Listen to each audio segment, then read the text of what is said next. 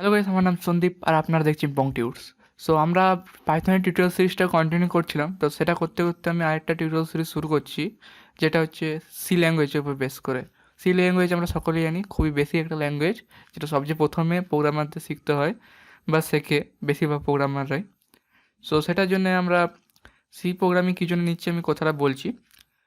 C programming language বেছে নেওয়ার কারণ হলো সি ল্যাঙ্গুয়েজে সবচেয়ে ফার্স্ট একটা ল্যাঙ্গুয়েজ, এবং এটা হচ্ছে সবচেয়ে বেসিক একটা ল্যাঙ্গুয়েজ। কারণ এই ল্যাঙ্গুয়েজটাতে আপনার খুবই কোর জিনিসগুলো আছে। জাভাতে কি হয়, জাভা হচ্ছে একটা হাই লেভেল ল্যাঙ্গুয়েজ। সেগুলোতে আপনাকে জিনিসগুলো ছোট থেকে আপনাকে ইমপ্লিমেন্ট করতে হয় না। আপনি সেটা বড় থেকে যেসব ইউটিলিটি প্যাকেজে যে জিনিসগুলো থাকে, সেই ইউটিলাইজ প্যাকেজ থেকে আপনি জিনিসগুলোকে ইউজ করেন। কিন্তু সি ল্যাঙ্গুয়েজে আপনাকে সমস্ত রকমের ফাংশনগুলো নিজেকে লিখতে হয়। তাই এটাতে সুবিধা হচ্ছে, আপনি প্রথম সাপোজ একটা আমরা অ্যারে নিয়েছি, সেই অ্যারের ভিতরে আমরা কোনো আইটেমকে প্রবেশ করাবো, ইনসার্ট করব। তো সেটার ক্ষেত্রে আমরা পাইথনে কী করতাম না, ইনসার্ট করে একটা আমি ইনসার্ট করে দিতাম ফাংশনের দ্বারা। জাভাতেও সেরকম ফাংশন আছে, আমরা ফাংশন দিয়ে করে দিতে পারবো। কিন্তু সি ল্যাঙ্গুয়েজ এরকম কোনো ফাংশন নেই, আপনাকে নিজেকে ফাংশনটা বানাতে হবে। তো সেটাতে আমাদের প্রোগ্রামিং ল্যাঙ্গুয়েজের প্রোগ্রামিংয়ের অনেক কোর্স কনসেপ্টটা এটাতে ক্লিয়ার হয়ে যায়। এই জন্যে আমরা প্রোগ্রামাররা সি ল্যাঙ্গুয়েজটাকে প্রথমে শিখতে বলে সবাইকে। তারপর যখন এটা শিখে যায়, তারপর সেটা জাভা বা পাইথনে ইজিলি সুইচ করা যায়। তো এই জন্যেই সি ল্যাঙ্গুয়েজটা এত মাহাত্ম্য। এবং এই সিরিজটা, এই টিউটোরিয়াল সিরিজটা অন্য টিউটোরিয়াল সিরিজের থেকে একটুখানি আলাদা। অন্য টিউটোরিয়াল সিরিজে যেমন পাইথনে জাভাস্ক্রিপ্ট, এইচটিএমএল, সিএসএসে কী করতাম না, আমরা প্রথম থেকে শুরু করতাম। আমরা জিনিসটাকে বেসিক থেকে একদম শিখতাম, যে আমি এমন ভেবে নিতাম যে আপনি কিছু জানেন না পাইথন সম্বন্ধে, নিয়ে পাইথনের টিউটোরিয়াল সিরিজটা আমি শুরু করতাম। কিন্তু এই টিউটোরিয়াল সিরিজে একটা প্রিরিকোয়েস্ট আছে, যেটা হচ্ছে আপনার সি ল্যাঙ্গুয়েজে বেসিকটা জানা চাই। বেসিক কি? বেসিক হচ্ছে যে আপনাকে, আমি বেসিক থেকে নয়, আমি একটু ইন্টারমিডিয়েট লেভেল থেকে শুরু করব। আপনাকে ইন্টারমিডিয়েট লেভেলে শুরু করার জন্য আপনাকে ফাংশন কী করে লিখে, মানে মেন ফাংশনটা কী, মেন ফাংশনের ভিতরে আমাদের যে মেন কোডটা চলে সেটা জানতে হবে আপনাকে। মানে বেসিক একটা ধারণা, যেটা কলেজ থেকে বা আপনি নিজে যে কোনো গুগল থেকে করে নেন। এবং এটা বেসিক লেভেলটা আমি শিখাচ্ছি না এই কারণে, কারণ বেসিক লেভেলটা সবাই জানে কি প্রিন্ট এফে কী হয়, স্ক্যানএফে কী হয়। কারণটা হচ্ছে যে অনেকে কলেজ থেকে আরে অনেক ভালোভাবে শিখিয়ে দেয় ওরা, কিন্তু প্রবলেমটা হয় যখন কোশ্চেন সলভ করার জন্য। যখন আমাদের কোশ্চেন সলভ করতে যায়, তখন আমরা জিনিসটাকে কোশ্চেনটা সলভ করতে পারি না, স্যাররা যা বলে দেয় আমরা খালি জাস্ট টুকে ওইটাকে আমরা রান করে দিই। তো সেটা খুবই একটা বাজে জিনিস। তো সেটার জন্যই আমি টিউটোরিয়াল সিরিজটা আনছি, এটাতে আপনি সি এর বেসিক নলেজ, জাস্ট প্রিন্ট এফের কাজ কী, স্ক্যানএফের কাজ কী, এবং কার্লি ব্রেসেসের মধ্যে যে আমরা ব্লক লিখি, এই জাস্ট ইফেলস কী, ফর লুপস কী, ব্যাস। আপনাকে অ্যাডভান্স জিনিস শেখার কোনো দরকার নেই, যেমন অ্যারে কী, পয়েন্টার কী, এগুলো যখন আমরা কোশ্চেন অ্যান্সার দিয়ে পরে আমাদের এই টিউটোরিয়াল সিরিজটা শুরু হচ্ছে। তো মানে আমরা একটা কোশ্চেন দেখবো, সেটাকে সলভ করার জন্য আপনাকে কোশ্চেনটাকে বোঝাবো। তাহলে কী হলো, যদি কোনো অ্যারে, পয়েন্টার, এরকম ডাইনামিক প্রোগ্রামিং এরকম ধরনের কোনো অ্যাডভান্স লেভেল আসে, তাহলে ওই জিনিসটা আমি আপনাকে তখনই বুঝিয়ে দেবো। কিন্তু এটা কোনো থিওরি বেস নয় অন্যান্য টিউটোরিয়ালের মতো, যে আমি আপনাকে থিওরি বেসে শেখাচ্ছি যে হ্যাঁ এই ডাটা টাইপ ক প্রকারের, কী কী, এগুলো কিন্তু আপনাকে জানতে হবে। ইন্টার টাইপ কী, ফ্লো ডাটা টাইপ কী, এগুলোকে কী করে প্রিন্ট করাতে হয়, ফরম্যাটেড স্ট্রিং কী, যেমন %df কী, এই জিনিসগুলো, বেসিক জিনিসগুলো আপনার জানা দরকার, তবেই আপনি এই টিউটোরিয়াল সিরিজটা কন্টিনিউ করবেন। সো অনেক কথা বলা হয়ে গেল, এরপর ডাইরেক্ট টিউটোরিয়াল সিরিজে যাই। সো আমরা কী করবো এই টিউটোরিয়াল সিরিজে, না কোশ্চেন অ্যান্সার করবো। এখানে লিখতে পাচ্ছেন Q&A, মানে কোশ্চেন আর অ্যান্সার। আমি কিছু কোশ্চেন করে দেখাবো আপনাকে কী করে সলভ করতে কোশ্চেন, এটা হচ্ছে মূল টপিক। তো এখন আমরা ফার্স্ট যে কোশ্চেনটা করবো, যেটা খুবই ইম্পর্টেন্ট একটা কোশ্চেন, যেটা হলো কী করে সেলসিয়াস টেম্পারেচারকে ফ্যারেনহাইট টেম্পারেচারে কনভার্ট করবো।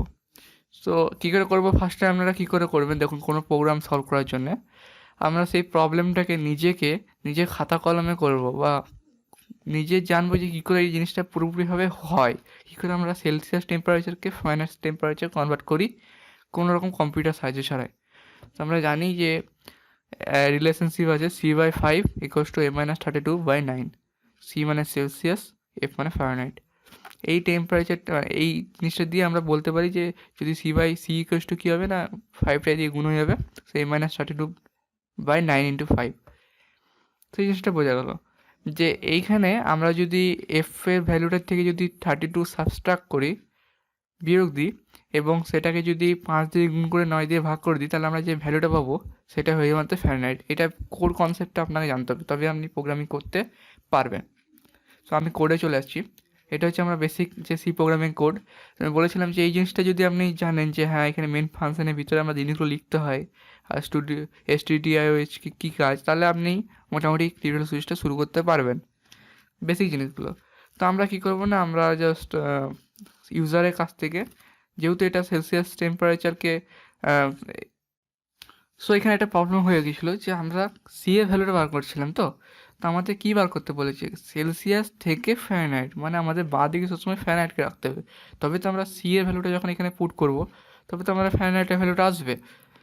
তো এইখানে যেটা আমি করেছিলাম সেটা হচ্ছে সেলসিয়াসের ভ্যালুটা বার করেছিলাম, তার মানে এখানে যদি আমি কোনো ফারেনহাইটের ভ্যালু দিই সেটা সেলসিয়াসে চলে আসবে, কিন্তু আমি কোশ্চেন বলছি সেলসিয়াস থেকে ফারেনহাইট, মানে সেলসিয়াসের ভ্যালুটা দেওয়া থাকবে, সেখান থেকে ফারেনহাইট আসবে। বোঝা গেছে? সো এখানে দেখতে পাচ্ছেন যে আমরা প্রথমে কী নেবো না, সেলসিয়াস টেম্পারেচার নেবো, সেটাকে ফারেনহাইটে কনভার্ট করব। Enter Celsius value. Okay, so আমরা এটা প্রিন্ট কেন করাচ্ছি মেসেজে, যাতে যারা ইউজার আছে তারা বুঝতে পারে যে হ্যাঁ আমাদের কিসের ভ্যালুটা আমরা নিচ্ছি। সো স্ক্যান অ্যাপ দিয়ে আমরা নিই, জানেন এগুলো জানা দরকার, তবেই আপনি এখানে করতে পারবেন। সো আপনি এখানে দেখতে পাচ্ছেন যে স্ক্যান অ্যাপের মধ্যে আমরা কী ভ্যালুটাকে আমরা এখানে মধ্যে রাখবো, সেটার জন্য আমাদের অবশ্যই একটা ভেরিয়েবল বানাতে হবে। তো আমি ফ্লোটে নিচ্ছি, যেহেতু দশমিকও হতে পারে কোনো টেম্পারেচার। সো বেসিক্যালি এখানে আমি নিচ্ছি সেলসিয়াস মানে টেম্পারেচার, আর ফারেনহাইট টেম্পারেচার, ঠিক আছে। সো এবারে আমরা জিনিসটা দেখবো যে কী করে সূত্রটা আছে, F=3/5 × 9 + 32। সো আমরা এখানে জাস্ট প্রথমে স্ক্যানএফে নিয়ে নিই সেলসিয়াসের ভ্যালুটা। সো এরপর এখানে আমাদের আছে ক্যালকুলেশন, যেটা আমাদের মেন জিনিস এই জিনিসটার মধ্যে। তো সিম্পলি এটা হচ্ছে এক লাইনে code, final temperature equals to, কোডে আছে C/5 × 9 + 32। সি এখানে হচ্ছে সেলসিয়াস টেম্পারেচার বাই 5 × 9 অ্যান্ড +32, এটাই ব্যাস হয়ে গেলো। ফাইনাইট টেম্পারেচার আমাদের বেরিয়ে গেলো। এরপর আমাদের সেটা আউটপুটে দেখাতে হবে। তো আমরা দেখে নিতে পাচ্ছেন যে এটা হচ্ছে ইনপুট নিচ্ছি, এটা ক্যালকুলেশন হচ্ছে, এটা আউটপুট দেখাচ্ছে। তো সিম্পলি আমরা এখানে আউটপুটও দেখাবো প্রিন্টের মধ্যে যে your Fahrenheit temperature is %F, এবং এখানে কমা দিয়ে ফারেনহাইট। এখানে একটা প্রবলেম হবে, সেটা আমি দেখাচ্ছি আগে কী হবে। জাস্ট আমি এখানে দিচ্ছি এটা সেলসিয়াস টেম্পারেচার, যেটা হচ্ছে সাপোজ 37।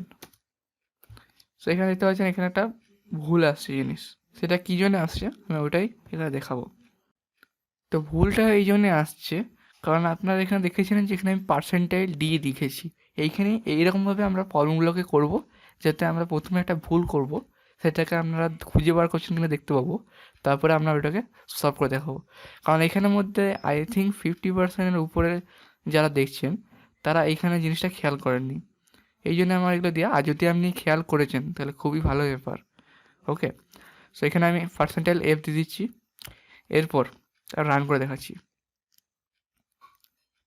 এবার আবার 37, এবার একটা দেখতে পাচ্ছেন 98.59, এটা সঠিক, কিন্তু প্রবলেমটা হচ্ছে যে আমরা সাধারণত পয়েন্টের পর এক বা দুটো জিনিস নিই, তারপর নিই না। সেটার জন্য কী করবো, সেই জন্য জাস্ট এখানে আমি যদি ফরম্যাটের স্ট্রিং পড়েছেন তাহলে পয়েন্টের পর যত নাম্বার লিখবো ততটা দশমিক নেবে। তো .2 যদি লিখি তার মানে দশমিকের পর দুটো সংখ্যা আপনার নেবে। আমি দেখাচ্ছি 37 দিয়ে আবার, বা 36, তো 36 সেলসিয়াস ভ্যালুটা হচ্ছে, ফাইনাল ভ্যালুটা হচ্ছে 96.8। এটা বোঝা গেছে।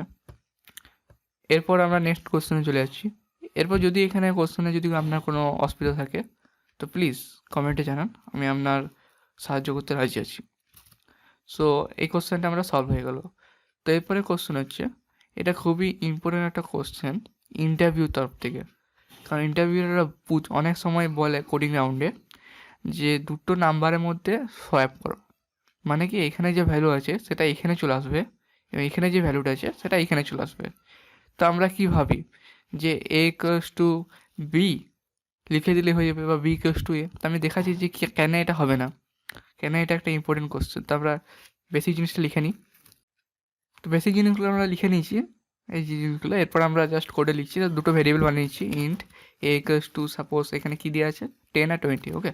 এ equals to 10, B equals to 10, okay okay, এর ভ্যালুটা 10 আছে, যাই হোক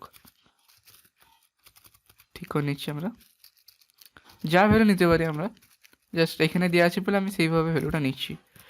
তো এখানে বেসিক যারা নতুন প্রোগ্রামিং করে তারা কী ভাবে যে আমরা এরকম করতে পারি যে এ ইকুয়ালস টু বি আর বি ইকুয়ালস টু এ। এরপর আমরা যদি আমি প্রিন্ট করে দিই, print F A equals to percentile D comma B equals to percentile D A comma B. তো যদি আমরা এটা করাই তার মানে এর ভ্যালুটা এখানে, বি এর ভ্যালুটা এখানে এ চলে আসছে, আর এখানে এর ভ্যালুটা বিতে চলে আসছে।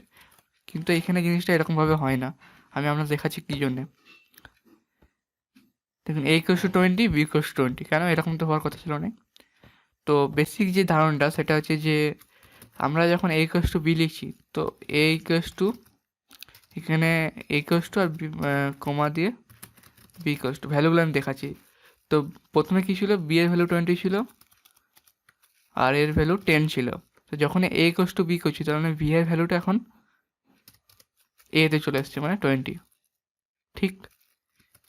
এরপর এর ভ্যালুটা 20 আছে, তাহলে বি এর ভ্যালুটা কী করে দেবে, 20 করে দেবে, কারণ এর ভ্যালুটা তো বিতে আসছে।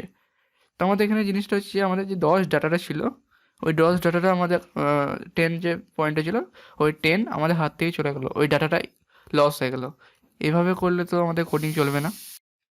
তো এটার জন্য কি করতে হবে, তো এটার জন্য সিম্পলি আমরা কি করব না, এই যে এই ডাটাটা আমাদের লস হয়ে যাচ্ছে, সেই এই ডাটাটাকে আমরা থার্ড একটা ভেরিয়েবলের মধ্যে রেখে দেবো, সাপোজ সি এর মধ্যে এ ভেরিয়েবলটা রেখে দেবো। তো সেটা দেখাচ্ছি আমি কী করে হচ্ছে। তো এখানে 10 আর 20 ভ্যালু নিয়ে নিচ্ছি, এখানে একটা ফাঁকা আমি ভেরিয়েবল নিয়েছি। তো এটা এবারে দেখুন কী করে করছি। প্রথমে আমাদের এ ডাটাটা লস হয়ে যাচ্ছিলো, তার জন্য কী করলাম না, যে এতে যে ডাটাটা রয়েছে সেটা আমি সিতে রেখে দিলাম। তাহলে আমাদের 10 ডাটাতে চলে এলো, তার মানে আমাদেরকে এটা যদি লস হয়ে যেত আমরা এখান থেকে পেয়ে যাবো ডাটাটা।